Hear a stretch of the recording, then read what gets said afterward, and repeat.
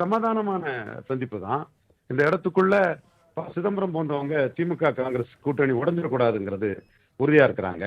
இதுல யூபி காங்கிரஸ் பீகார் காங்கிரஸ் காரர்களை விட தமிழ்நாடு காங்கிரஸ் மனநிலை என்பது வேறு. யூபி பீகார்ல அகிலேஷ் யாதவோ தேஜஸ்வி யாதவோ காங்கிரஸை வெற்றி பெற செய்ய வைக்க முடியல. இங்க ஸ்டாலின் அவர்கள் அவர் கொடுக்கறதெல்லாம் எம்பி போஸ்ட் எம்எல்ஏ போஸ்ட்னு 3 தேர்தல்களையும் உள்ளாட்சி தேர்தல்களையும் வெற்றியை கொடுத்திருக்காங்க.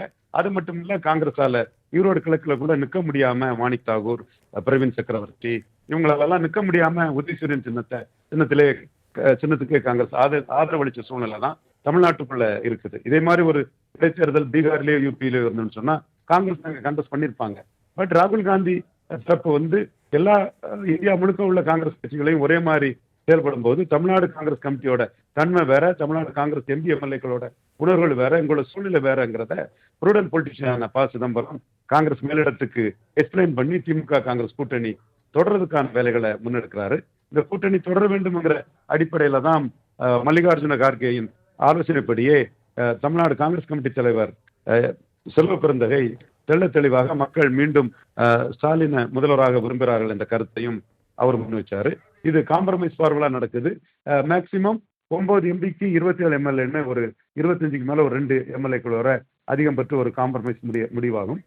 இப்ப நடக்கக்கூடிய காங்கிரஸ் பார்முலாவில் காங்கிரஸ் தான் இறங்கி வந்திருக்காங்க.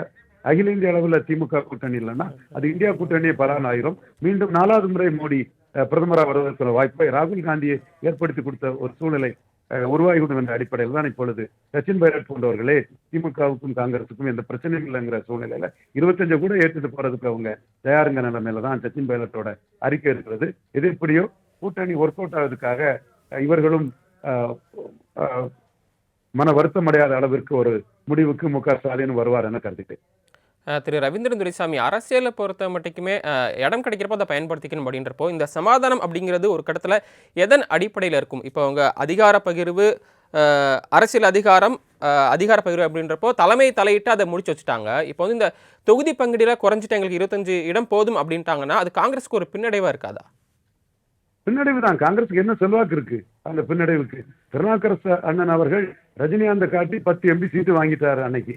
ரஜினிகாந்த் ஒரு ஆப்ஷனா காட்டி, அல்லது 4.3 விழுக்காடு எடுத்த காங்கிரஸுக்கெல்லாம் 10 சீட்டு எப்படி எம்பி சீட்டுக்கு ஒர்த் ஆகும்? அதை தொடர்ந்து வெற்றி பெற்ற தமிழ்நாட்டில் வெற்றி பெற்ற 8 எம்பிக்கு 24, தோத்த ஒரு எம்பிக்கு 1, 25 சீட்டு வாங்கிட்டாங்க. இப்போ 9 எம்பி வெற்றி பெற்றதுனால 27 சீட்டுங்கிறது ஒரு நியாயமான ஒரு கிளைமா இருக்க முடியும். 25 தாராங்கிறாரு, 25க்கு 27 வர முடியலாம். காரணம், அப்பொழுது 2019 திருநாக்கரசோட நுணுக்கமான அரசியல்ல 10 சீட்டு வாங்கிட்டாங்க. அதுக்குள்ள தகுதியும் செல்வாக்கும் கிடையாது. இப்ப திமுக கழகத்தை விட்டு காங்கிரஸ் வெளியேறினா 2 விழுக்காடு வாக்கு கூட வெளியேறாரு. 98ஆம் ஆண்டு காங்கிரஸ் தனிச்சு நிற்கும் போது வாக்கெடுத்த பிரமுகர்கள் வேற, 2014 காங்கிரஸ் தனிச்சு நிற்கும் போது வாக்கெடுத்த பிரமுகர்கள் வேற.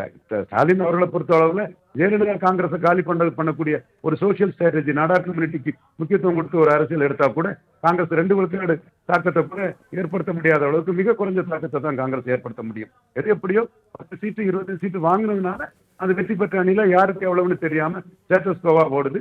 அந்த வகையில் அதிகபட்சம் காங்கிரஸ் 27 சீட்டு வரை எதிர்பார்க்க முடியும். திரு ரவீந்திரன் துரைசாமி, இந்த சந்திப்பில் திரு கிறிஸ் ஜோடங்கர் வரல அப்படின்றப்போ அவர் அந்த பேசிட்டு போன அந்த வார்த்தைகள் சம்பந்தமாக அந்த கூட்டணியில் கசப்பு ஏற்பட்டதா சொல்லப்படுது. அதன் அடிப்படையில் இப்போ எங்களுக்கு அந்த சீட்டை குறைச்சி விடுங்க, 2 சீட்டு 3 சீட்டு அப்படிங்கிறப்ப அது காங்கிரஸ் ஏற்றுப்பாங்களா? 28 29னா அவர் கிறிஸ் ஜோடங்கர்ன்றப்ப 40ன்னு சொன்னாங்க இல்லையா? அவர் ஏற்றுக்கிடலன்னா காங்கிரஸுக்கு மோடி எடுத்த ஒட்டுணி காங்கிரஸ்ங்கிற அந்த இது இந்தியா ஃபுல்லா உறுதியாயிரும். ஸ்டாலின் ஒட்டுணியா பேரசைட்டா காங்கிரஸ் செயல்பட்டது. இனிமேல் சரத்பவார்ட்ட இப்படிதான் செயல்படும், அகிலேஷ் யாதவ்கிட்ட இப்படிதான் செயல்படும், மம்தா கிட்ட இப்படிதான் செயல்படும், தேஜஸ்வி யாதவ் கிட்ட, ஹேமந்த் சோரன் கிட்ட இப்படிதான் செயல்படுங்கிறது உறுதியாகும். அதனாலதான் ராஜேஷ் பைலட் போன்றவங்க எல்லாம் இதை உடனே சீட்டு பேரத்தை கூட பற்றி கவலைப்படாம இந்திய அளவுல இந்தியா கூட்டணி காலி ஆயிடக்கூடாதுன்னு இதை காம்ப்ரமைஸ் பண்ணுங்கிற லெவல்ல ராஜஸ்தானை சேர்ந்த மூத்த காங்கிரஸ் தலைவர் ராஜேஷ் பைலட் போன்றவங்க முயற்சி பண்றாங்க. ரவீந்திரன், இந்த சமாதான பேச்சுவார்த்தை அப்படின்னு உங்கள் பார்வையில் பார்க்கப்படுது. இந்த சமாதான பேச்சுவார்த்தை சுமூகமாக முடியவடையவில்லை அப்படின்னா அரசியல் போக்கு எந்த பக்கம் போகும்? ஏன்னா ஏற்கனவே காங்கிரஸ் தரப்புல இருந்து தாவேக்கா பக்கம் போகிற மாதிரி பேச்சுவார்த்தைகள் நடைபெற்று வருவதா சொல்லப்படுது இல்லையா? தாவேக்கா பலம் நிரூபிக்காத கட்சி, இது ஏட்டு சுரக்கா, காகித புலி. அது என்ன ஓட்டு இருக்கு? சீமான் 8.2 விழுக்காடு எடுத்ததை பிடிக்காத ஊடகத்தில் உள்ள பிறமொழியாளர்கள் வன்மத்தில் கற்பனை அதினி காகித புலி வாக்குகளை சொல்றாங்க. இவர் ஜோடங்கிற தவிர எந்த காங்கிரஸ்காரங்களாவது தாவேக்கோட பேச்சு நடத்ததா சொல்றாங்களா? தாவேக்காவின் ஓட் டிரான்ஸ்பரிங் கெப்பாசிட்டி என்ன, சீட் கன்வெர்ட்டிங் கெப்பாசிட்டி என்ன? ஸ்டாலின் கொடுக்கறதெல்லாம் எம்பி போஸ்ட், எம்எல்ஏ போஸ்ட்.